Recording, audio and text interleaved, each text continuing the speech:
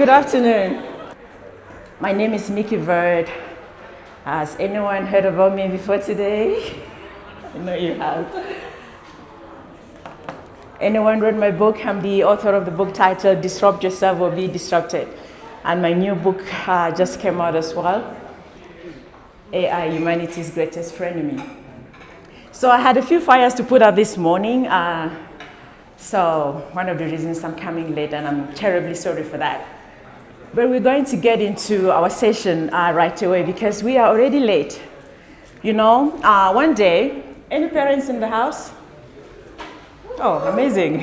Yes.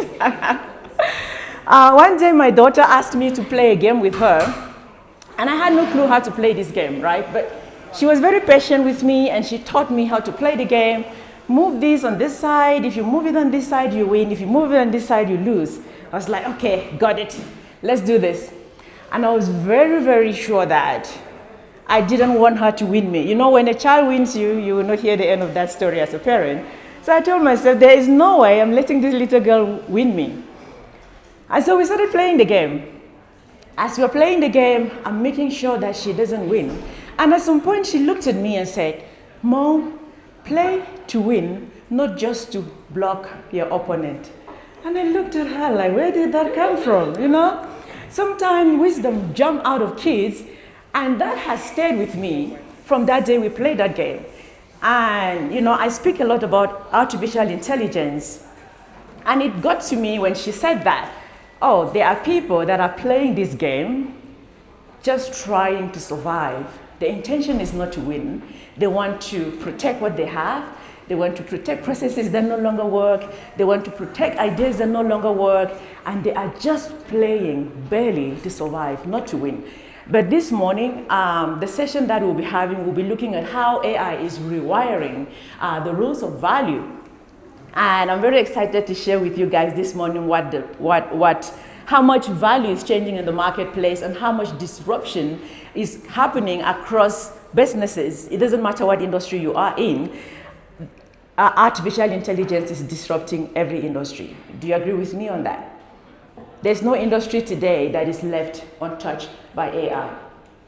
In fact, I tell people that every CEO today is a tech CEO.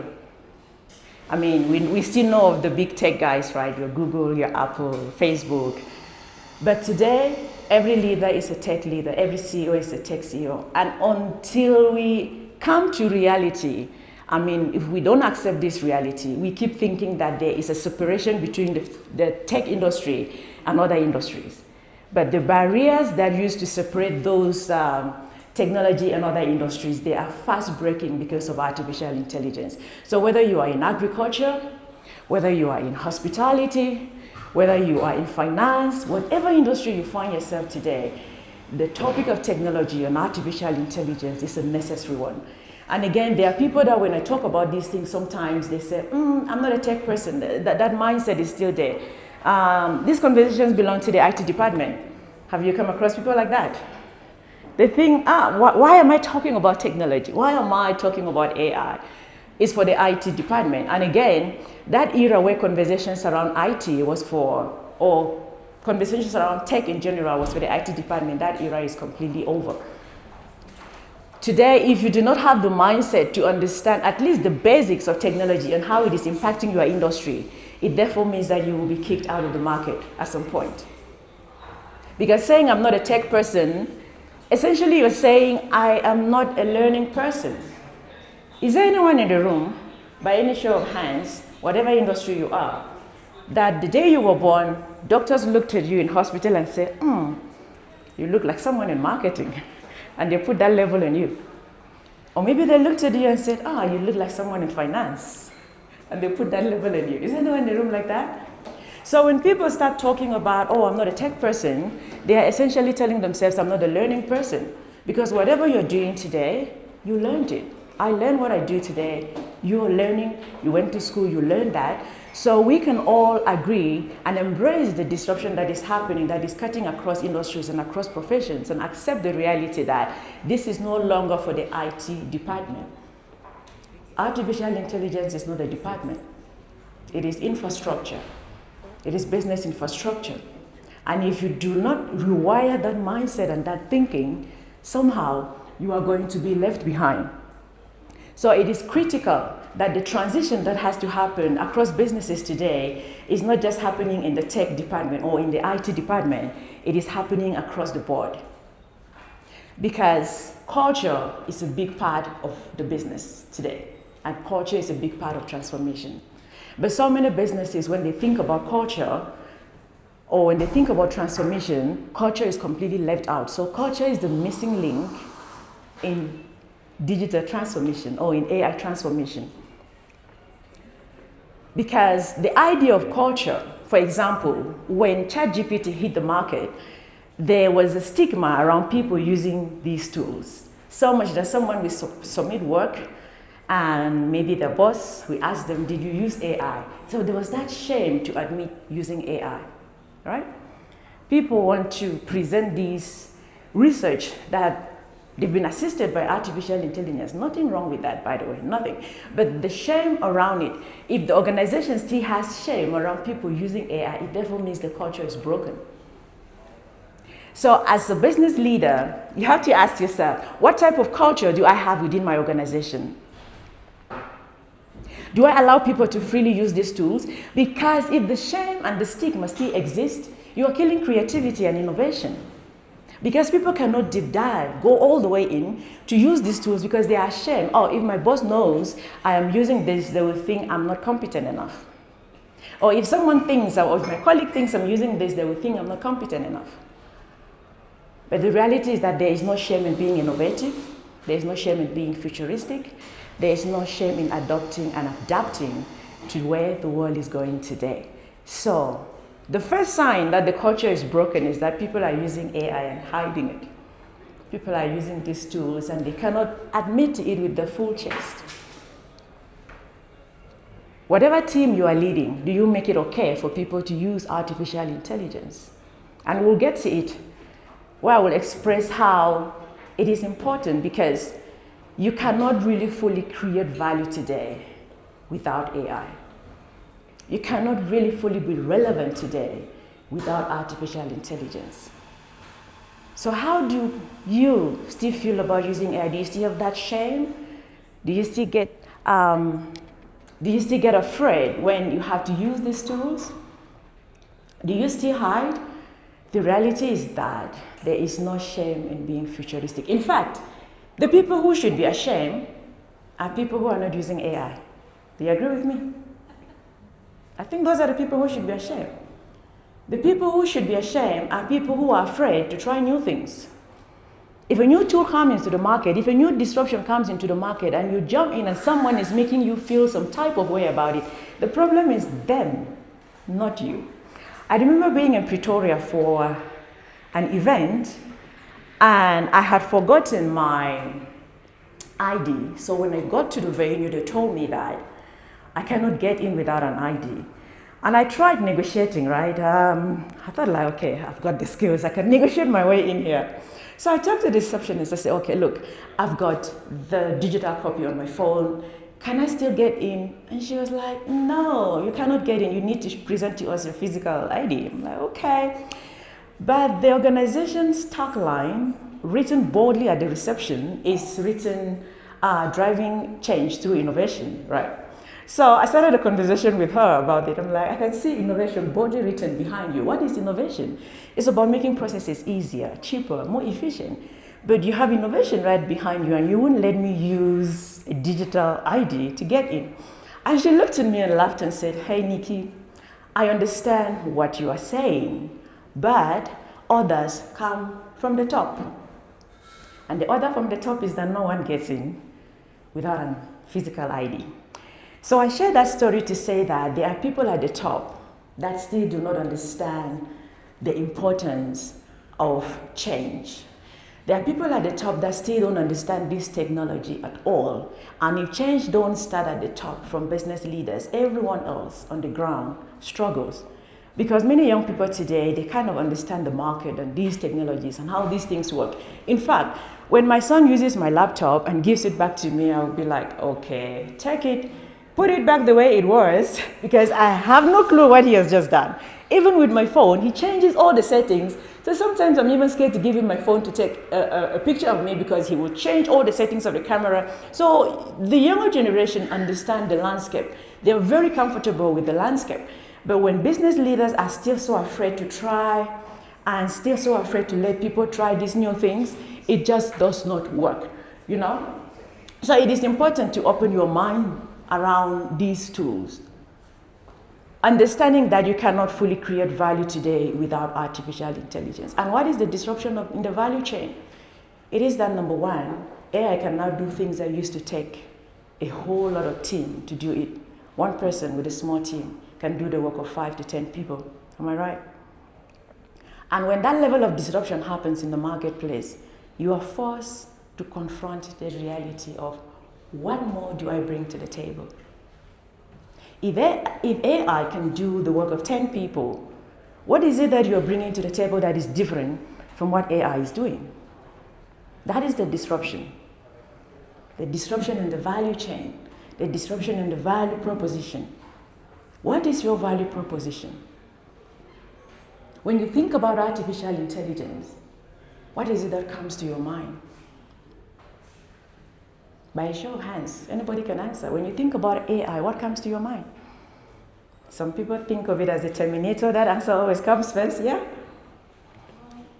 Moving on now, AI is almost in everything. From scanning your emails to like finding keywords on WhatsApp chats. That's all part of artificial intelligence. Obviously, there's like higher end things, video production and all those things, but artificial intelligence is in everything. Digital. Absolutely. So when you think of AI, what are the first things that comes to mind for some people? Is it efficiency, innovation? Anybody can answer. Can we interact, please? I need to hear you talk back to me. Efficiency. Efficiency, great. Time saving. Time serving, great. It's an equalizer. An equalizer, I love that one. Yeah? It's like an email that something that would take you 5 hours, you can put it next to 5 minutes. Absolutely, that's a brilliant one. Anyone else? If I lock eyes with you. It sounds a bit lazy, but intelligence is what comes to mind for me. Absolutely, that's actually the word for it. Yeah. Artificial intelligence. So intelligence definitely comes to mind. What else? I saw your hand somewhere there. Yeah? Powerful and dangerous. Powerful and dangerous. Oh, that's a good one. Powerful and dangerous. That is the essence of my book. My new book, which just came, by the way, it's titled AI, Humanity's Greatest Frenemy. Because, let me double click on what you just said. Because so many people, they either swing to the other side of AI, which is the positive aspects and the benefits of AI, right? And then there's the other group that swing to the other side of AI, the Terminator model, right? Oh, AI is coming to kill us. Oh, it will be over, and all of that. So, in the book, at least what I am doing is that I am bringing the two conversations together. That this is the frenemy effect, right? We cannot think that we will reap the benefits of AI and escape the consequences, right? Because this is a tool that is a double-edged sword. It is powerful with profound potential for transformation in ways that humanity has never seen before. But this technology also has profound consequences. So that was a really good one. Efficiency, yes. We have to think of how efficient can you be? How fast can you be? And then there is the conversation around AI making people lazy. I mean, how many people have heard about that? Oh, AI is making us lazy. AI is making people lazy. I personally don't think AI is making people lazy. Let me quickly see if I can read you a portion of my book in regards to that idea, because I have an argument in the book around AI making people lazy. Okay. Permit me to read a portion from here? We good? Great, okay. So my argument in the book is this.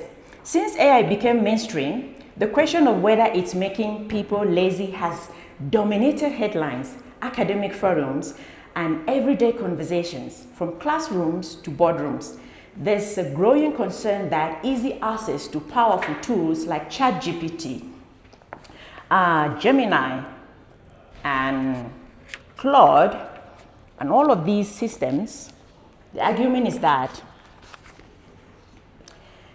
it is creating overdependence, dulling creativity, and discouraging genuine effort. So, as a keynote speaker, of course, and an AI thought leader, I get asked this question all the time. Is AI making people lazy? My question or my answer always surprises people. AI doesn't make people lazy, all right? It simply expresses what's already there. It shines a light on complacency, resistance to change, and outdated thinking. AI magnifies what is already there, your existing habit, and reflects the mindset of the person that uses it.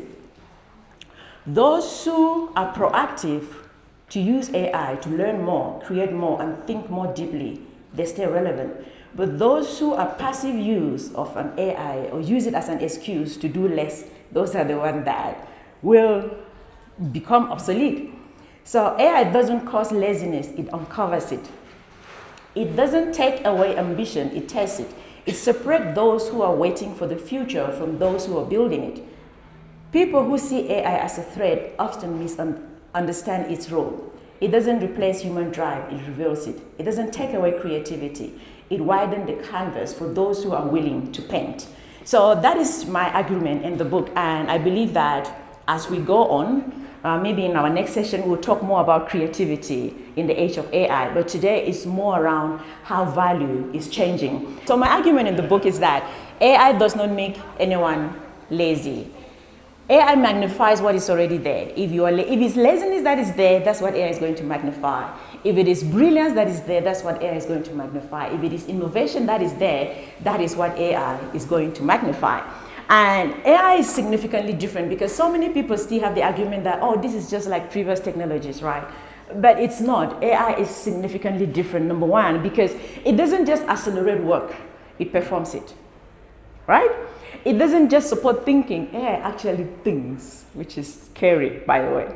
And it replicates, hold on. It replicates complex tasks that once defined professional worth. And because of this, like I said earlier, you have to now redefine what is value and how do you bring value into the marketplace.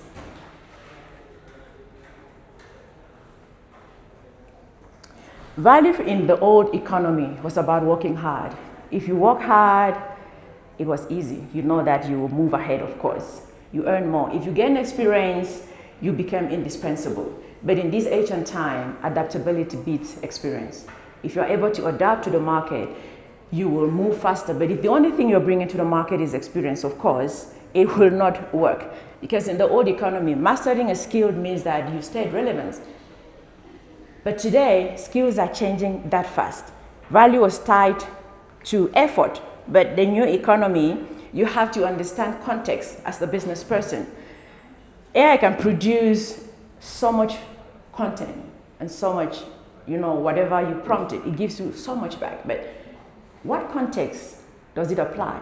Do you understand the context of your business? What is the political landscape? What is the energy in the room? How do you know what to take and move forward with and what to completely disregard?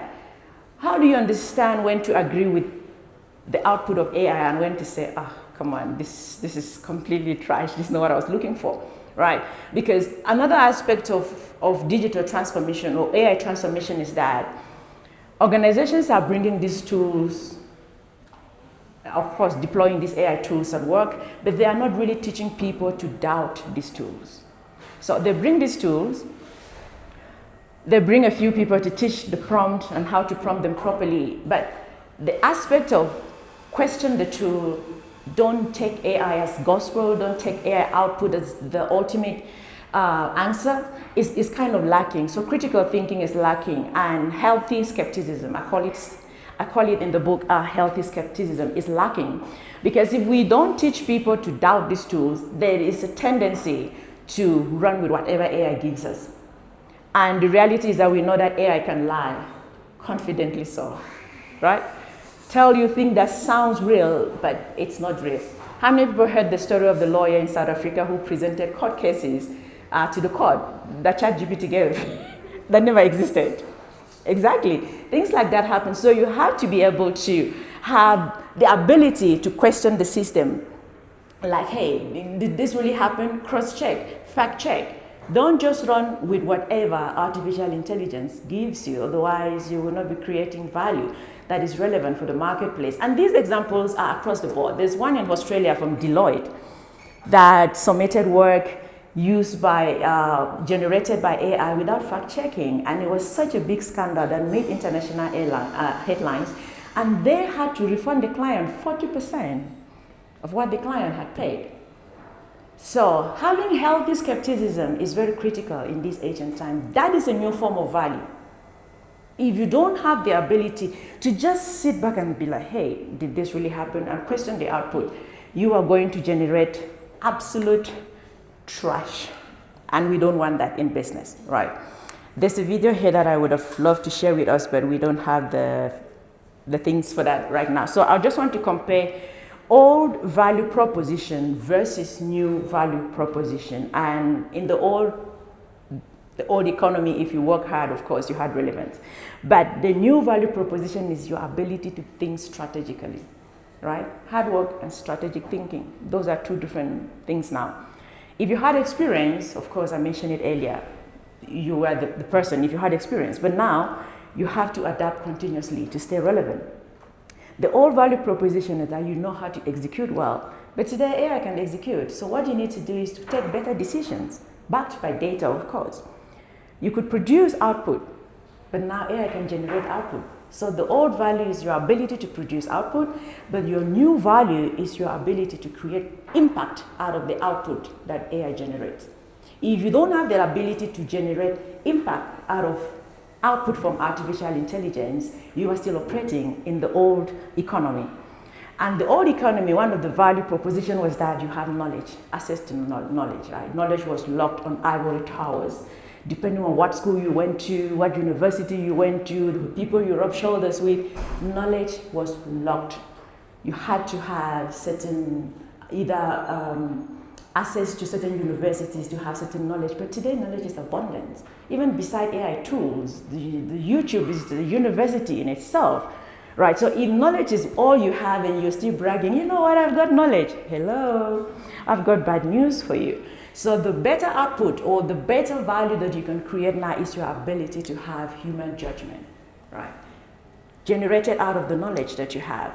And another old proposition was that I was affordable. That was in the olden days. But now you have to be valuable, not just affordable, not just cheap. So the first model, of course, rewarded labor, but the second one is rewarding leverage. And that is when value becomes exponential, meaning that you can have one idea and then you plus machine scale and you reach massive reach, right? You have to operate at that exponential level together with artificial intelligence. One insight plus automation and you have multiplied outcome. So the disruption of value is not a threat to people. It's not a threat to organizations, but it is a threat to complacency. Because if your value proposition is still based on the old economy, then you are complacent. Because AI punishes those who confuse activity with impact. Does your business generate impact or just activity? Does it generate transformation or just activity? And the one big question you have to ask is that, is your current value proposition built on task or built on transformation?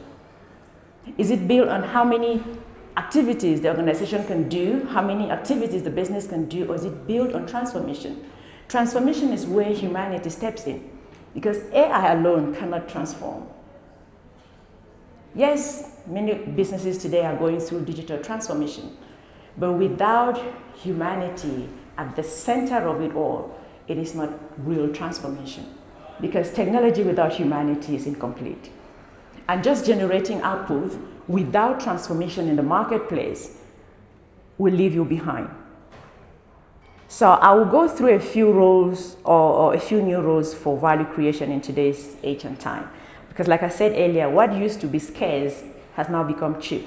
And when that happens, the market rewrites the rules. And the number one rule is that time no longer equals value, right?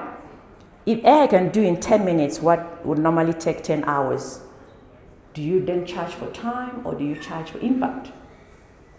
Do you say, oh, okay, now you had to work 10 hours maybe to charge for your services, but now AI can do that in 10 minutes. This completely rewrites the value you have to bring to the marketplace and even how you price your product or services. Because it's no longer about time, right? What problems can you solve that AI cannot solve on its own? And then that's where the problem of impact comes in, the problem of ambiguity comes in, the problem of nuance comes in, because that is where humanity really thrives. The second rule is that access to knowledge is no longer power. Knowledge is power, we used to, but things are changing. We used to value people who had specialized knowledge, industry information, powerful networks, but all of that is changing now, and the new value proposition is that, well, now ChatGPT or any of the AI tools can access more data than any human being, right? So the differentiator becomes, can you challenge the output? I just mentioned it and gave the story of the lawyer, right? Can you challenge that output? That's what differentiates you. Can you see what the machine cannot see? Because there are cases where machines will completely miss out on certain things. The video I wanted us to watch earlier, which we don't have the ability to do that now, I can really explain what it said. The question that was asked to ChatGPT was, I am taking the car wash is 100 meters away, and I want to take my car for a car to wash. So the question to ChatGPT is, should I walk or should I drive? And ChatGPT said, it's just 100 meters away. You don't have to drive, you can walk. So you see where AI misses it? Right, but a human would understand that the whole idea of going to the car wash is to wash the car. So I have to go with my car.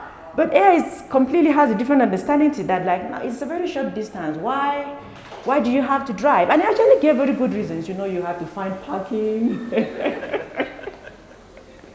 You don't have to drive, you have to find parking. So the best way is to actually walk. And AI went further to say, you know what? Walking is you getting in the steps, 10,000 steps per day. It sounds real.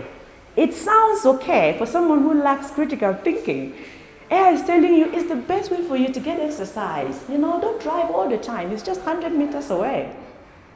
Get in the steps, have some exercise. Don't worry about parking, just walk. But what about the car? I need to wash it.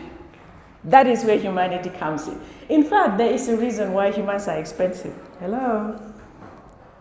For those who want to automate everything because they want to cut cost, there is a reason why humanity is expensive. Keep that in mind, because AI is going to tell you, for you to wash your car, you need to walk. I mean, for you to take your car to the car wash on a short distance, you need to walk and leave the car at home. But the human will tell you, no sir, no ma'am, I think we need to drive the car to actually get it washed. Apply that to all areas of business and you will see where humanity is important. Am I right? So, the next role of value creation that AI is rewriting is that excellence cannot be generated. Excellence cannot be generated. Do you agree with me? AI can generate content. AI can generate strategies. But your business excellence cannot be generated. That has to be earned. And for you to earn it, you need to have the ability to bring the two worlds together, or to bring the two intelligence together, human intelligence and machine intelligence. That is the way you generate excellence, not just through AI output. AI can generate 50 strategies, for example. But excellence is knowing which one of these strategies align with your long-term goals. Which one of these strategies aligns with the culture? Which one of these strategies align with the political landscape of where your business is located? That is excellence. Because AI can give you these strategies without understanding the nuances in the market. So excellence is to sit with one idea long enough to question it, unpack it, and decide, should I run with this or should I completely discard it? That is excellence.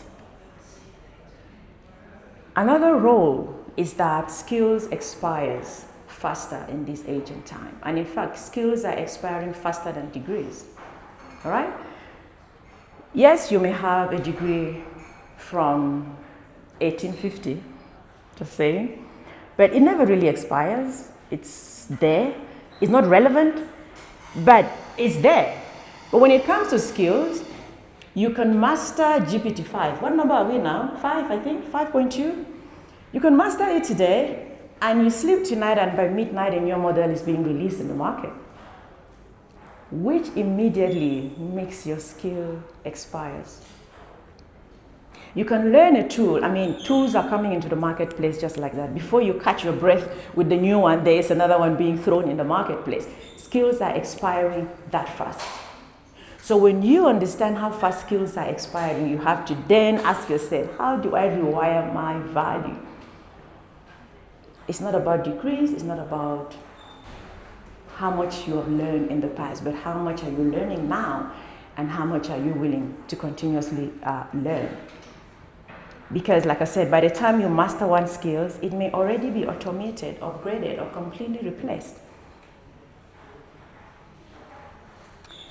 And human connection becomes premium in this age and time. Gatherings like this. Who is enjoying this session? Ah, there's a big smile there. Thank you. You didn't even have to say anything. You just had to smile, right? The human connection becomes a premium. An ability to come together like this as a community. That is new value creation.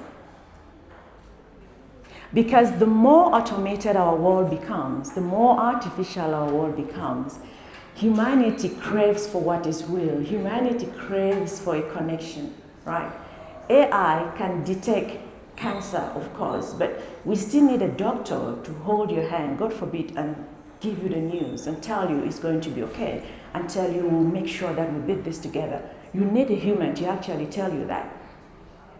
So as much as I am an advocate for these tools and for us to embrace the change and the disruption in the market, humanity comes first. Humanity is not optional. Coming together like this is not optional.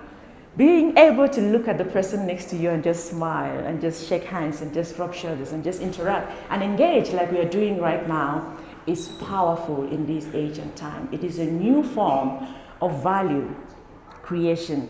Time may not allow us. There's a portion in the book where I argue that, you know, when food became very processed and now many businesses have to distinguish themselves that are bringing real into the market by actually having a label that says organic. I believe that the future in which we are walking to, companies that will have not just organic, but a label that says human in the loop will be the one that will win. Because you need to feel that you're talking to an actual human being. You need to feel that you're interacting with an actual human being. Many organizations today are using AI influencers. Anyone come across that online? They look real. Influencers that never age at all, never have to ask for extra pay, never have to go on a protest, never have to do any of the things that humans do, many companies. Yeah. Have you seen Tilly Norwood, the AI-generated actress? Oh, I haven't seen that, but I've seen a few, like Sephora, that are using AI influencers for their makeup brands, and yeah, but it's quite common. It's becoming a common thing today, where businesses don't want to use an actual human. They just create a digital twin and use them as an influencer, and they're generating massive outreach. Remember, they're not humans. They don't have to say, oh, I'm burnt out, I'm tired from creating so much content. They don't do any of that. So I believe that in the future, the distinction between these would be organizations that actually has the label performed by a human, or this report was reviewed by a human. Think about that.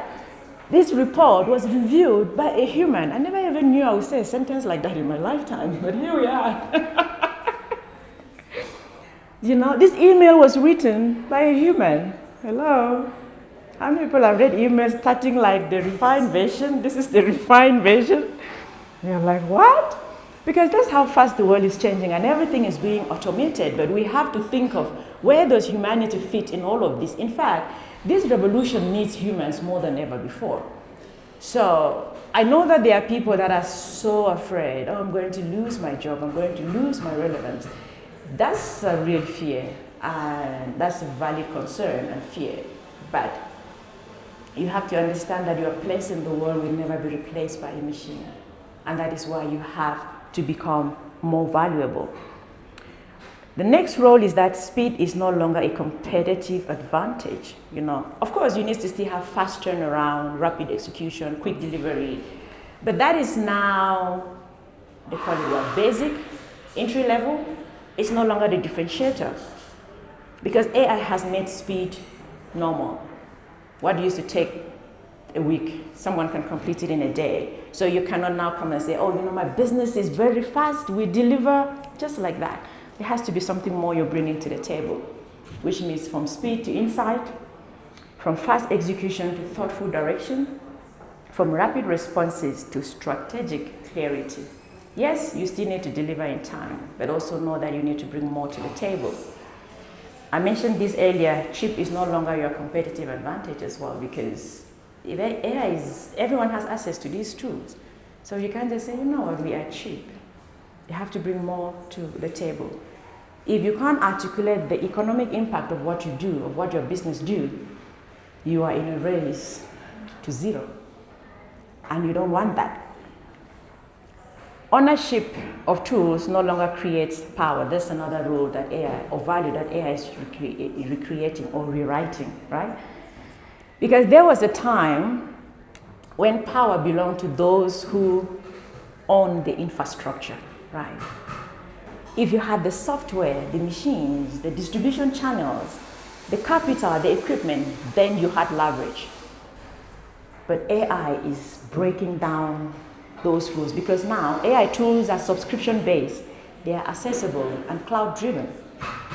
Everyone can have access to these tools, most of which are free. So you cannot now boast and say, you know what, we have ChatGPT. Do you know we have ChatGPT in our business? Come on, hello. My daughter has it as well. That is no longer the differentiator. You have to bring something different to the table. So the playing fields have been flattened. Someone said earlier when I asked the question, what does AI, you think about AI when it comes to mind, right? So the playing field has been leveled. We know the story of Nokia.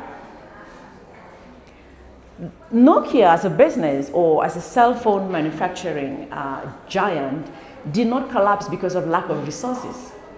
They had the resources.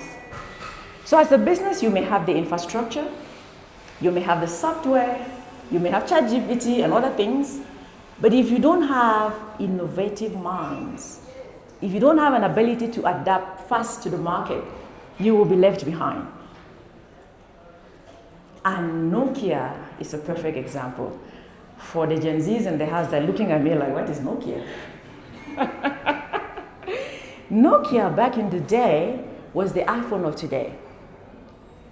In fact, the same year the iPhone was launched, which was 2007, on that same 2007, the CEO then of Nokia was on Forbes magazine, on the cover of Forbes magazine, with the title, 1 billion customers, who can catch the cell phone king? They thought they were untouchable. In fact, if you didn't have a Nokia back then, the Nokia 3310, I'm exposing my age here. How many people know about the Nokia 3310? Oh my God, that was the iPhone 17 Pro Max. Hello? You kidding? Bad. They had the market, they had the customers, but they were not futuristic. They were not thinking on how the market is changing. The same year they were bragging, 1 billion customer who can catch the cell phone king is the same year that the iPhone was launched into the market. the competitor that was going to kill them, but they were so blind to see it. What does that mean? It means that you just owning things does not protect you. You just having the resources, the customers, does not protect you. There could be a teenager somewhere right now in their mother's basement building a tool that may kick you out of business. That's how the market is working this time around. So you can have the resources but lack innovation. So ownership alone doesn't create value, all right? An identity is no longer stable. That's another role that AI is recreating. For example, you would say, I'm a copywriter, I'm a designer, I am an analyst, I am a strategist, but today you cannot lock yourself into one box. Today, you have to think outside of what immediate environment you are. Even in business, you have to think outside of your immediate environment. And I'll give an example to that. There's Apple Pay today, right? Apple has a financial segment within their business. But we knew Apple as an organization that creates what? Gadgets. The same applies to Samsung. They are getting into fashion now. They just take anything and slap smart on it, you know, smart jersey, smart shoes, smart anything. And so they are now into fashion. Pick and Pay, we bring it back home, has a financial segment within their retail store. So it's like Pick and Pay has a bank, hello. So everyone is eating everyone's lunch today. Meaning that if you are locking yourself in one profession or one idea or one business, you are going to miss out because you may think, oh, okay, my business is in hospitality. And before you know, a delivery service is now in hospitality. Uber was for example, we know Uber as like, we need to, for transportation, but now Uber does delivery. Uber Eats. Uber is coming for everything. So you have to be open-minded around these disruption and not lock your identity in one thing, but think outside of it. For example, if you're a copywriter, don't just say, oh, I'm a copywriter. You also have to become now an analyst or a strategist of some sort, because AI can design, AI can copyright. Your job is no longer just copywriting. It's also to analyze the copywriting that AI is giving you back. So be fluid. Don't lock your identity as one thing, because the moment you do that, you become irrelevant. In fact, the people who are so terrified of AI are people who have locked themselves in boxes. Like, I'm this, I'm this, I'm this, I'm this. And now when AI is disrupting all of these boxes, they go into some sort of a cardiac arrest, because what else are you, if AI takes over what you've identified yourself with? So you need to become a hybrid thinker, a cross-disciplinary operator, be able to move across different sectors, understand different aspects of business. You don't have to master everything, but you need to have range that can survive the disruption. Think outside of your immediate environment, because AI will reward those who can redesign themselves and redesign their thinking. And another role is that curiosity is the currency. Your ability to think and wonder and ask better questions. In fact, if there's one thing these systems, so ChatGPT, has taught us, is that questions matter. Essentially, it's garbage in, garbage out. If your question is trash, your output is going to be trash. So you don't blame the tool, you blame the person who don't have an ability to be curious enough to ask deeper questions. I was listening to Gary Vee the other day, and he said when he prompts these systems, or when he talks to any of the AI tools that he's using, he really deep dive and have like a deep conversation with it.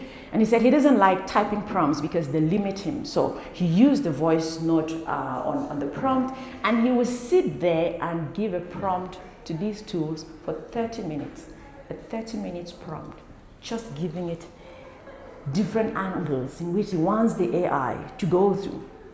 So you take the time to prompt the systems, you will get better responses. But for those who are lazy to think that deep, like, how do you prompt for 30 minutes? No, I don't have 30 minutes, I have 5 seconds. Okay, you have 5-second responses that don't add any value to your business. right? So you have to create a very deep relationship with these tools so that you can express exactly what you're looking for and go deep and deeper and deeper into the knowledge. Then you can have the things you want out of it. Someone asked me the question the other day. It was actually here in Rosebank. I had a talk just a few days ago. And someone asked, how then do I know how to prompt the system in a way that it doesn't deceive me? So my response to that was, you have to ask the system to challenge you, because these tools also have the tendency to agree with whatever thing you're putting in the trash. It just presses you like, oh my God, and you start feeling like, oh, my mom never told me I was wonderful, and now AI is telling me I'm amazing. It's like your ideas are the best ideas since sliced bread. No, tell the system, challenge me when I'm not right, and bring research to back your responses. So once you prompt the system, or you even preset it in a way that it challenges your output, then you will understand that it cannot just lie to you, because you have told it, don't just agree with me. If my idea is trash, tell me it's trash and give me back research to prove that my idea is trash. That is how you create value. The next point as we get to the end is that relevance is rented. Hello? Relevance is a moving target. It's not a permanent status. So you cannot, yes, you may be relevant now, but are you going to be relevant tomorrow? Your business may be relevant now, but will your business be relevant next week, next month, next year? Relevance is rented. And as a business leader, as a professional, once you understand that relevance is rented, then you have an ability to move accordingly, to adjust accordingly, to move with the times. All right? So don't sit and say, oh, I'm relevant, so I'm fine, I can relax. No, you cannot relax. You have to constantly update your mental software to match the speed of disruption. Even experts must become perpetual students. I remember giving a talk at Nedbank, and I was saying, I think organizations should refrain from hiring graduates. And this is what I mean by that. The word graduate sort of signifies that someone has arrived. It's the end of learning, an accomplishment that you can no longer go further. So my argument around that is, I think organizations who really want to move the needle should be looking for perpetual students, not graduates. And Accenture is actually doing this. I listened to one of the talks from their CEO, and she said, across their global offices in Asia, they don't ever employ someone without asking them one question. And the question is, what have you learned in the last 6 months? Because they're looking for a specific type of person. Is this person a curious person? Does this person understand that relevance is rented and they constantly have to learn? And she said, you don't have to learn, whatever you've learned doesn't have to be in direct proportion to your profession. You could have learned a new recipe.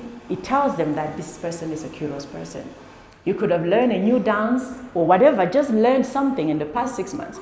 And they said no matter how perfect the candidate is on paper, and if they ask that question and they're like, not really, I haven't learned anything in the last 6 months, they just let you go because you don't fit the culture. They want culture of learners, not graduates. All right? The next role is for you to learn, unlearn, and relearn. Because all knowledge can become new ignorance. When you have run on certain systems for so long, you forget that you need to update it or upgrade it. There are estimates that suggest human knowledge doubled approximately every century until the 1900s. All right? But the interesting part is that then it started to double every 25 years by 1945. And it started to double every 13 months by 1982. But now, knowledge is doubling every 12 hours. That is how fast the world is moving. So, all knowledge becomes new ignorance if you don't have an ability to learn and unlearn. And generally, unlearning is the hard part. Learning is easy. But for people to unlearn, that is where the challenge is. And one of my favorite quotes is from Arvin Tavla, and he said, the illiterate of the 21st century will not be those who cannot read and write, but those who cannot learn, unlearn, and relearn. This means that illiteracy is being redefined. Illiteracy back in the day used to be someone who didn't go to school, someone who doesn't know how to read, someone who cannot write. But now in the 21st century, the illiterate of the 21st century are those who don't have an ability to learn and unlearn and relearn. So are there any illiterate of the 21st century in the house? And the last role is collective intelligence, right? You cannot win this race by yourself. Collective intelligence in respect to you have to collaborate with AI on one aspect. Collective intelligence in the fact that you have to work as a team. If you are the most brilliant in the room, you have to make sure that you share that brilliance with the rest of the team. Otherwise, you can't win. If you're the only one winning and everyone else is failing, that is not really winning. So collective intelligence, that speaks to collaboration with AI. It speaks to diversity. It speaks to different backgrounds. It speaks to different ways of thinking. Because collective intelligence turns competition into co-creation and transforms individual brilliance into exponential impact. Without collective intelligence, businesses may struggle to experience exponential impact. And the solution is not to avoid AI. You know, when I speak of these things, sometimes people are like, I think the best way for me is not to engage with these tools. I'm like, nope, that's not the solution, all right? Resisting AI won't stop its progress. It doesn't stop innovation. It doesn't stop time. Resisting AI doesn't make Sam Altman out of business. It doesn't push him out of business. Resisting AI would only leave you unprepared for the inevitable change it brings. Resisting AI turns you into a bystander and an observer. Bystanders and observers don't build the future. Bystanders and observers don't build innovative businesses. So there is no need to resist AI, but embrace it.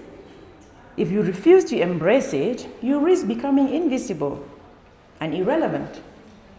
Because you cannot compete at scale today without artificial intelligence. You can't. Everyone is competing and using it. So if you sit back, you will stay behind. Value creation today, real value creation today is humanity plus artificial intelligence. It's human intelligence plus AI. The future is not humans versus machines. Machines on that side, humans on this side. That is not the future, but humans plus machines. And so the frenemy effect, which I've talked about in the book, is that AI can be our greatest amplifier, but also our fastest competitor. AI increases your capacity to build value. But AI, on the other hand, also simultaneously devalues what used to be valuable. That is the frenemy effect.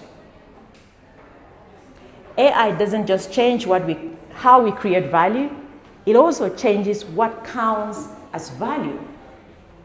And for it to count as value, you have to bring in your human element into your value creation.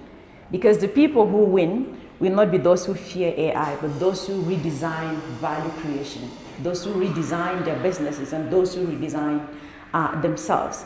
And so that is essentially our session for today.